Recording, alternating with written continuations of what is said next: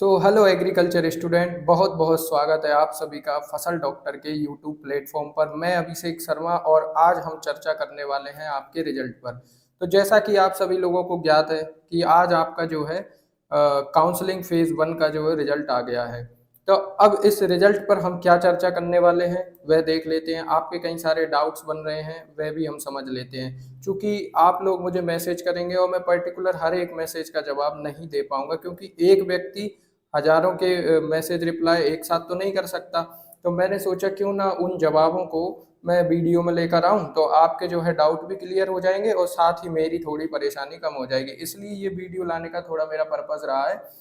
तो वीडियो शुरू करने से पहले आप मेरे सब्सक्राइबर हैं, अच्छे सब्सक्राइबर हैं, लेकिन यदि आप पहली बार देख रहे हैं तो वीडियो को लाइक और चैनल को सब्सक्राइब कर लें। इससे क्या होगा कि थोड़ा सा मेरा फ़ायदा हो जाएगा और ये वीडियो के नोटिफिकेशंस जो हैं आप तक पहुंच जाएंगे, मेरा वीडियो भी आप तक पहुंचते रहेगा।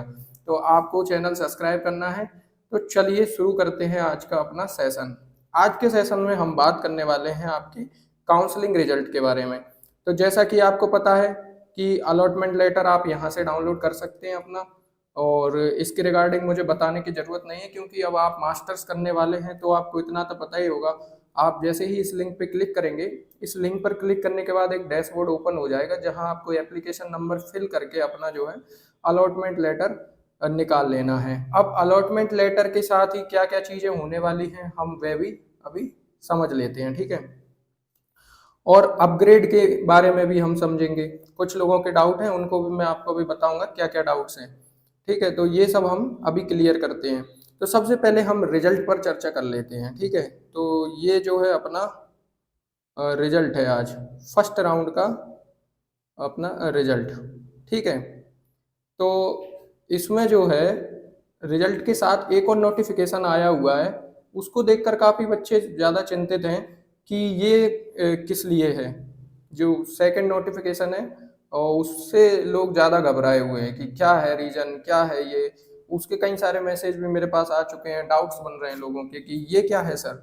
तो वह भी समझ लेंगे अपन, लेकिन उससे पहले मैं आपको बता दूं, इधर देखिए आप, ये आपका आज लिस्ट आई है, मेरिट लिस्ट जो उसको कैसे हैं अपन रिजल्ट कह सकते हैं। तो इसमें जो है कॉमन रैंक 3 पर ऋषि कौरव JNKVB में, इनको क्या मिला, एग्रीकल्चर एग्रोनॉमी मिला, ठीक है। जबलपुर में फ्री सीट मिली है। तो ये किस बेसिस पर हुआ है आप ये अच्छी तरीके से जानते हैं। JNKVB में चूंकि कम सीट्स हैं, तो मेजरली जो हाईएस्ट रैंक होती है वो JNKVB में चली जाती है, क्योंकि JNKVB के पास यूजी की सीट सबसे ज़्यादा है। लेकिन अगर पीजी सीट्स की बात करें तो JNKVB के पास वह कम है। तो इसलिए इसमें जिन बच्चों को अंडर 100 रैंक पर JNKVB नहीं मिला है वह निराश ना हो। क्यों, क्योंकि JNKVB में जो है कम सीट्स है, मैंने आपको बताया। लेकिन वहीं आप प्रेफरेंस में आपने RBS के भी रखा होगा, कई सारे बच्चों ने RBS के भी को फर्स्ट प्रेफरेंस पे रखा होगा, तो उनको आसानी से कॉलेज मिल गया होगा। मुझे यहाँ तक पता है क्यों मिल गया होगा, क्योंकि RBS के भी में नंबर ऑफ सीट्स ज़्यादा हैं अकॉर्डिंग टू पूरे जो देखें अपन, पूरा अगर पर्टिकुलर सीट्स देखें तो सबसे ज़्यादा अपने RBS के के पास हैं। तो ये जो है आपका आ चुका है। अब इसमें जो है आपका नाम आप देख ही लेंगे, ठीक है। आपके नाम देखने के बाद आपको श्योरिटी मिल जाएगी कि मुझे कौन सा कॉलेज मिला है, कौन सा कॉलेज मिला है, साथ में किस यूनिवर्सिटी में मिला है, और कौन सा मेरा जो है सब्जेक्ट होने वाला है, और किस पर मिला है, फ्री है या पेमेंट है, ठीक है। तो ये आपको कंफर्मेशन यहाँ से मिल जाएगा। देन आपको क्या करना है, यदि आपको लगता है कि मुझे यही चाहिए था और ये चाहिए था तो मिल गया, तो अपन को करना क्या है बेटा, यहाँ आना है और यहाँ आने के बाद आपको डाउनलोड अलॉटमेंट लेटर पर क्लिक करेंगे। देन अगर आपको जो है कॉलेज मिल गया है, आपको लगता है कि अब इससे मुझे अच्छा कोई नहीं चाहिए, मुझे जो चाहिए था वो मिल गया, यानी आपकी फर्स्ट प्रेफरेंस आपको मिल गई या सेकंड प्रेफरेंस आपको मिल गई, तो आपको अपग्रेड नहीं कराना है। क्यों नहीं कराना है, क्योंकि आपको जो चाहिए था वो मिल गया। अब अगर आपने अपग्रेड कराया तो जो आपका फेवरेबल कॉलेज था वो आपको फिर नहीं मिलेगा। देन अपग्रेड कैंसिल भी नहीं होता है। सबसे पहली बात, अगर आपने अपग्रेड करा लिया तो वह कैंसिलेशन का कोई भी उसका प्रयोग नहीं होगा। ठीक है। तो अलॉटमेंट हो जाने के बाद अगर आपको श्योरिटी है कि ये कॉलेज मेरे को चाहिए, तो आप 5,000 रुपये नॉन रिफंडेबल, जो कि वापस नहीं होंगे, जमा करा सकते हैं। जमा कराने के बाद जो है आपको क्या होगा कि यहाँ से फिर जो है आपको अपग्रेडेशन और ये सब चीज़ें आपकी नहीं रहेंगी। ठीक है। तो अगर आप अपग्रेड के लिए अप्लाई करते हैं तो आप जो है अप्लाई कर सकते हैं। और अपग्रेड का क्या सिस्टम होता है मैं आपको बताऊं। जैसे आपको मान के चलिए फोर्थ प्रेफरेंस आपको आपकी मिली है, यहाँ हम डिस्कस कर लेते हैं। जैसे मान के चलिए ये इनको इनको तो शायद फर्स्ट प्रेफरेंस मिल गई होगी, कॉमन रैंक है। यदि मान के चलिए कि हम यहाँ पे ये जो कॉमन रैंक है, यहाँ मैं अपने ही स्टूडेंट की बात कर लेता हूँ। तो ये 99, ये जो कॉमन रैंक है ब्रजेंद्र रघुवंशी की, तो इनकी प्रेफरेंस कुछ इस तरह से थी कि एग्रोनॉमी, देन सोयल साइंस और देन अदर सब्जेक्ट। तो अब जो है इनको अभी सोयल साइंस मिला है आरबीएस के वीवी सीहोर से। तो अगर ये अपग्रेड कराना चाहते हैं तो जैसे मान के चलिए कि इनको सेकंड प्रेफरेंस इनकी मिल गई है, तो अब जो है ये अपग्रेड करेंगे तो चांस बनता है कि इनको फर्स्ट प्रेफरेंस मिले। लेकिन यदि आपको अपनी फोर्थ प्रेफरेंस मिली है और आपकी प्रेफरेंस के ऊपर 3 कॉलेज और रहेंगे, तो आप ये सोचकर चलिए कि आपको उसके जस्ट ऊपर वाला ना मिलते हुए उन तीनों में से कोई भी मिल सकता है। तो प्रेफरेंस जो आपने 3 छोड़ी हैं उनमें से कोई एक मिलेगा। गारंटी नहीं है कि इसके जस्ट ऊपर वाला केस आपको मिल जाए। तो आप इस चीज को तो समझ ही गए होंगे कि जो जस्ट ऊपर वाला है वो मिलने की संभावना नहीं है। लेकिन अगर आपकी फर्स्ट प्रेफरेंस कुछ और थी और सेकंड प्रेफरेंस पे आपको दूसरा मिल गया, तो आप अपग्रेड करेंगे तो अपग्रेड में आपको फर्स्ट प्रेफरेंस मिल जाएगी। तो ये तो रहा आपका एक कॉमन डाउट जो बच्चों का रहता है अपग्रेड से रिलेटेड। दूसरी बात ये है, कुछ बच्चों ने ये कहा कि सर क्या मैं इस काउंसलिंग में अपना जो है सीट नहीं लेता हूँ तो क्या मैं सेकंड के लिए अपग्रेड हो जाऊंगा? नहीं। उसका कारण क्या है कि आपको इस काउंसलिंग में कोई भी एक कॉलेज मिला होगा। यदि नहीं मिला तो आप ऑटोमेटिकली सेकंड राउंड के लिए चले जाएंगे।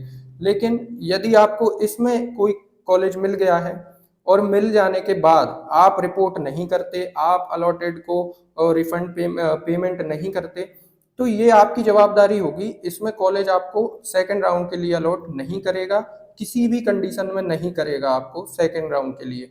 तो आप इस चीज को छोड़ दीजिए। देन कुछ बच्चों का ये सा डाउट है कि सर मैंने ईडब्ल्यूएस लगाया था और अभी इस समय मेरे पास ईडब्ल्यूएस नहीं है, तो मैं आपको बताऊं आपका जो है फॉर्म रिजेक्ट कर दिया जाएगा ऐसी स्थिति में। तो आपको जो है ये सब सारी चीजें प्रोसेस पहले से ही कर लेना चाहिए था। ठीक है, ये हो गया। इसके बाद आपने अपना अलॉटमेंट करने के बाद आपने अपना 5,000 रुपये जमा करा दिए होंगे। देन आपके क्या डाउट है? हाँ, इसके बाद हम बात कर लेते हैं आपका जो कौन सा कोर्स कितने पर आपको मिला है। तो यहाँ देखिए बच्चों, ये जो faculty of agriculture engineering MTech है एग्रीकल्चर में, farm machinery and power engineering, ये जबलपुर में फ्री सीट पर ओपन हुआ है कॉमन रैंक 82 पर। मतलब अगर फ्री सीट पर आपको ये सब्जेक्ट चाहिए था तो ये 82 पर मिला है। किसी को भी मिला हो, इस नंबर से ये शुरू हुआ है, इस रैंक से ये शुरू हुआ है और क्लोज भी 82 पर ही हो गया। क्लोज भी 82 पर ही हो गया। देन उसका कारण क्यों है 82 पर? चूंकि इसको लेने वाला व्यक्ति 82 पर था, पहला व्यक्ति, तो उसने जब इस सब्जेक्ट को लिया तो ये ओपन 82 पर हुआ। देन इसको इसके बाद किसी रैंक ने नहीं लिया तो ये क्लोज भी उसी पर हो गया। तो देन ये हो गया आपका ओपनिंग और क्लोजिंग। इस बंदे के मार्क्स क्या थे? तो इसके ओपनिंग मार्क्स थे 55 नंबर पर इसको ये मिला और क्लोजिंग भी यही हो गया।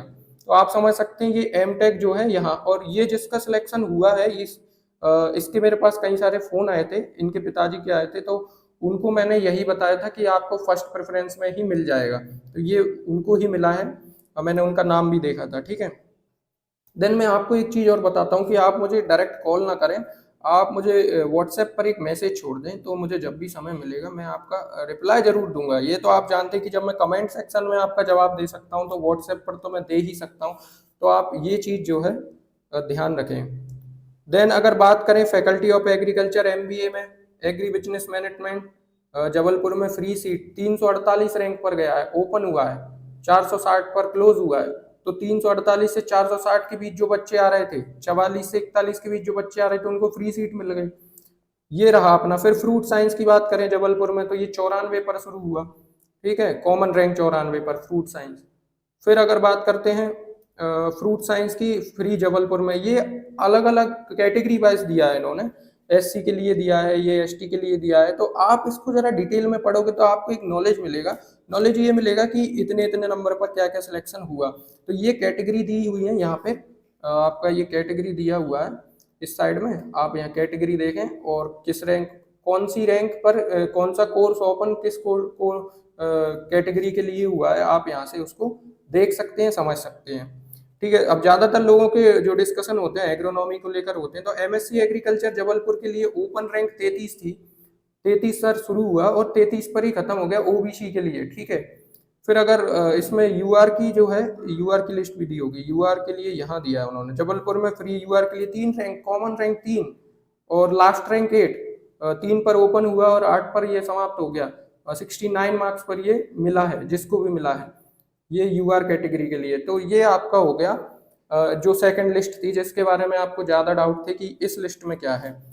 अब आपके इसके अतिरिक्त कोई डाउट है तो वो आप जो है अपना मेरे को कमेंट सेक्शन में डाल दें। और अगला वीडियो हमारा किस चीज़ पर होना चाहिए वो भी आपको आप जो है बता देना मेरे को किस चीज़ पर होना चाहिए। ये जो है कोई स्टूडेंट है, सर अगर मैं अपना एडमिशन इस राउंड में कैंसिल करवा दूं तो क्या मैं सेकंड राउंड में फिर से पार्टिसिपेट कर सकता हूं? नहीं कर सकते, इनके लिए नहीं है। तो ये कई सारे बच्चों के डाउट होंगे, आप ऐसे पार्टिसिपेट नहीं कर सकते। आप अपग्रेड करा सकते हैं, क्योंकि आपको ऑप्शन दिया गया है अपग्रेड कराने का, ठीक है। तो इस प्रकार जो है कोर्स ओपनिंग और क्लोजिंग के बारे में मैंने आपको बता ही दिया, ठीक है। ये भी आपका क्लियर हो जाएगा। कई सारे डाउट हैं बच्चों के, तो और आपके कुछ और डाउट रहेंगे तो आप कमेंट सेक्शन में लिख देना। अगला वीडियो किस टॉपिक पर चाहिए वो भी आप बता देना मेरे को, और बाकी मैं आपके कमेंट सेक्शन में जवाब देते ही रहूँगा। और कुछ छूट गया हो मुझसे तो वो भी मैं आपको बता दूंगा। तो मिलते हैं अपन फिर अगली वीडियो में। तब तक के लिए आप अपना ध्यान रखिए, अपना रिपोर्टिंग टाइम से कराइए, क्योंकि रिपोर्टिंग टाइम पर थोड़ा सा मिस्टेक हो जाता है। रिपोर्टिंग के लिए आपको एक चीज़ ध्यान रखना है, और इसमें क्या, आपको जब पेमेंट ले जाएं आप तो कैश ले जाएं, क्योंकि यूनिवर्सिटीज़ में जो है ऑनलाइन पेमेंट नहीं होता है शुरुआती समय में। तो आप कैश लेकर जाएं, ज़्यादा अच्छा होगा, ठीक है। ये कुछ पॉइंट्स थे जो मैंने आपको बता दिए। मिलते हैं अगली वीडियो में, तब तक के लिए जय हिंद, जय भारत।